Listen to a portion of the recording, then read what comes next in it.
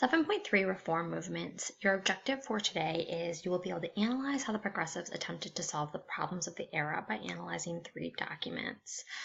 Today we're going to focus on progressive reform, labor unions, reform movements, and women's suffrage. The essential questions follows along with the objective. How did the progressives attempt to solve the problems of their time? And how did women finally achieve suffrage or the right to vote? Progressive reform. If you look at this picture right here, we see the Capitol in the background. We see this is President Teddy Roosevelt.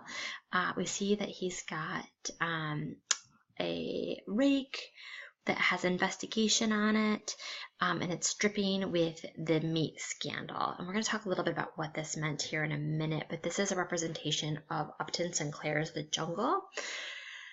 The Jungle was a muckraking book that exposed the atrocities in the meat industry of Chicago. And when you guys read your documents today, you're going to read a little bit about some of the things that they found and how essentially the FDA, the Food and Drug Administration, got started was because of this. There's also an additional video attached to the Canvas page if you want to know a little bit more about that. Progressivism went from 1895 to about 1920, and this idea was that the government should address the issues that are caused by the industrialization. So in other words, these companies that were just growing tremendously. And they did attempt to do that. Roosevelt tried to do the Square Deal from 1901 to 1909. Woodrow Wilson then continued that with the New Freedom. And both of those did a decent job of trying to address some of the issues, but unfortunately were not overly successful. But it was a starting point for some of the reform movements that we still have today. And the reason why they felt like they needed these reform movements was because of the working conditions at that time period. The working conditions at the time period were not great. People typically worked 12-hour days or longer, depending on what time of year it was. So if the factory didn't have electric lights, then they worked from sunup to sundown. If it did, then they could even work longer than that. They didn't get any benefits. There was no health benefits, no health insurance. There were no sick days. If you didn't show up to work, you just didn't get paid for that day. Injuries were extremely common. You were working in dangerous factories. You were working long hours. You didn't always get breaks. So it was very common to get an injury. Again, if you were injured on the job, there was no workman's comp. There was no insurance. If you couldn't go to work, you didn't get paid. And so then there was this line of journalists called muckrakers, and they were essentially the ones that exposed a lot of this and started to get changes made because of their exposition of what was taking place in some of these working conditions in some of these factories. And like I said, one of the more famous ones was Upton Sinclair's The Jungle. Another way to fight what was happening in some of the working conditions was with the labor unions. And so this is when labor unions began to form to help fight for workers' rights and improve their conditions overall. There were trade unions. These are specific for their specific trade. So you had unions that maybe just covered factories or labor in general, but then there's also specific trade unions. Think about like the Masons. That would be a very common trade union. The Knights of Columbus was a famous union. It still exists today, and they were a labor union. So they really fought for anybody that was working or in the labor industry. Unfortunately, though, they got a bad reputation because of a few violent incidences, the most famous being the Haymarket riots of Chicago.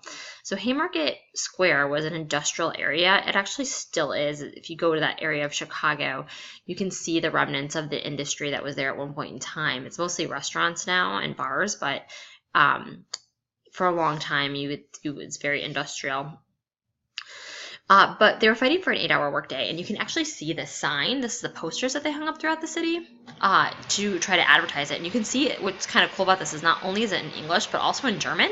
That area of Chicago, and still is a German neighborhood, and there was a lot of Germans that lived there, and so they had it in German as well to try to gain more members. Remember when we talked about the immigration and immigrants coming to this country? There was a lot of Germans that came to Chicago. So during the riot, 2 police officers were killed, 2 union members were killed. And in a result of the 2 union members being killed at the beginning of the riot, there was a group of individuals that then set off a bomb. Once that bomb exploded, it did kill 8 police officers. And so the Knights of Columbus then struggled a little bit with their reputation of just being a violent group because of this incident. They do still exist today with a much more focus on helping the community. Another famous riot was the Homestead Steel riots. Did not have as violent of an ending with the bomb, but again, another kind of violent riot. The reason for the labor unions was extremely essential. The American Federation of Labor was the most successful of all the labor unions at that time. They do still exist today, the AFL. And the reason why they were so successful is because of their collective bargaining, where they would work together with a group of individuals to gain advantages for all, because everybody would sign off for their support on it. So it was a way for bringing everybody together and getting benefits for everybody, not just a single person. The Pullman strike is an example.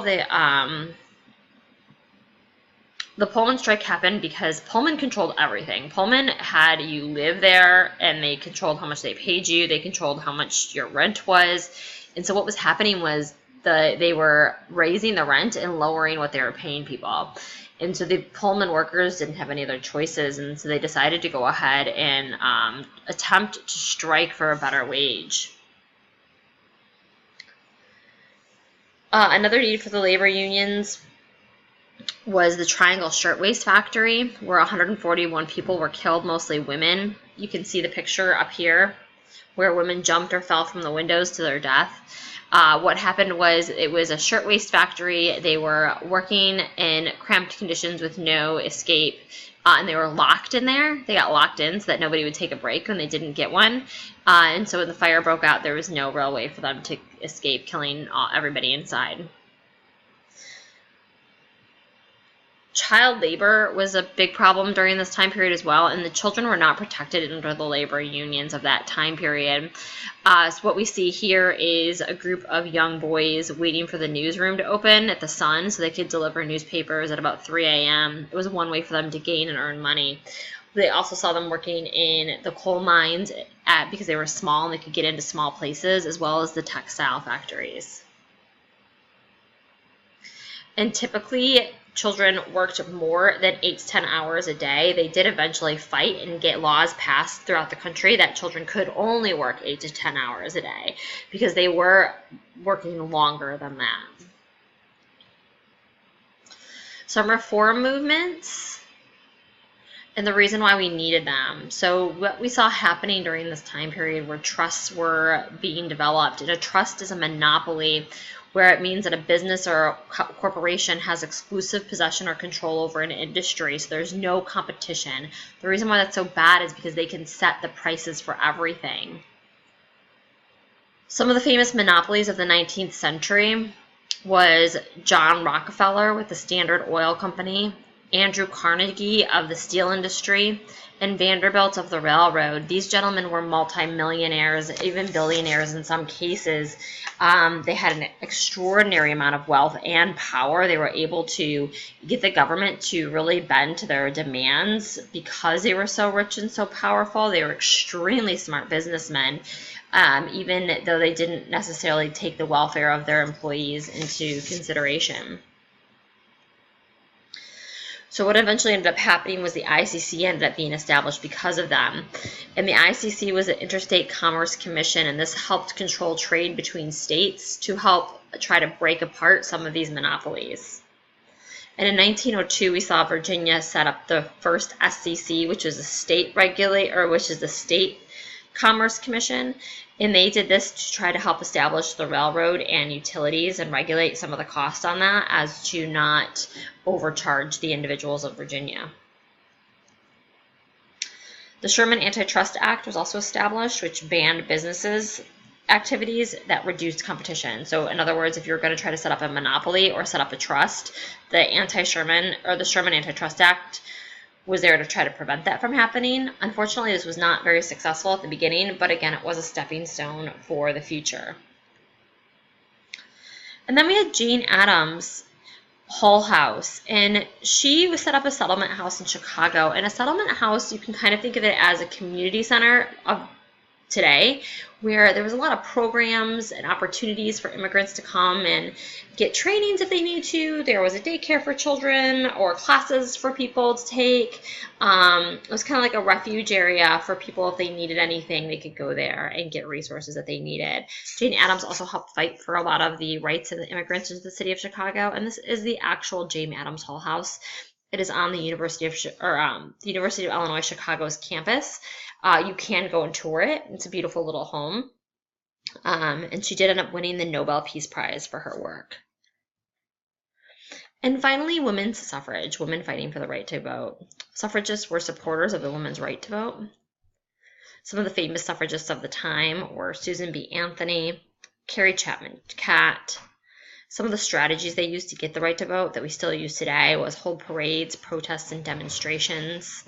The feelings for women's suffrage across the country varied. In the West, in the Western territories, it was more accepted, where we saw women having the right to vote at a much earlier period of time, versus the Easterners and Southerners did not support the right to vote for women and had more of a conservative viewpoint on that.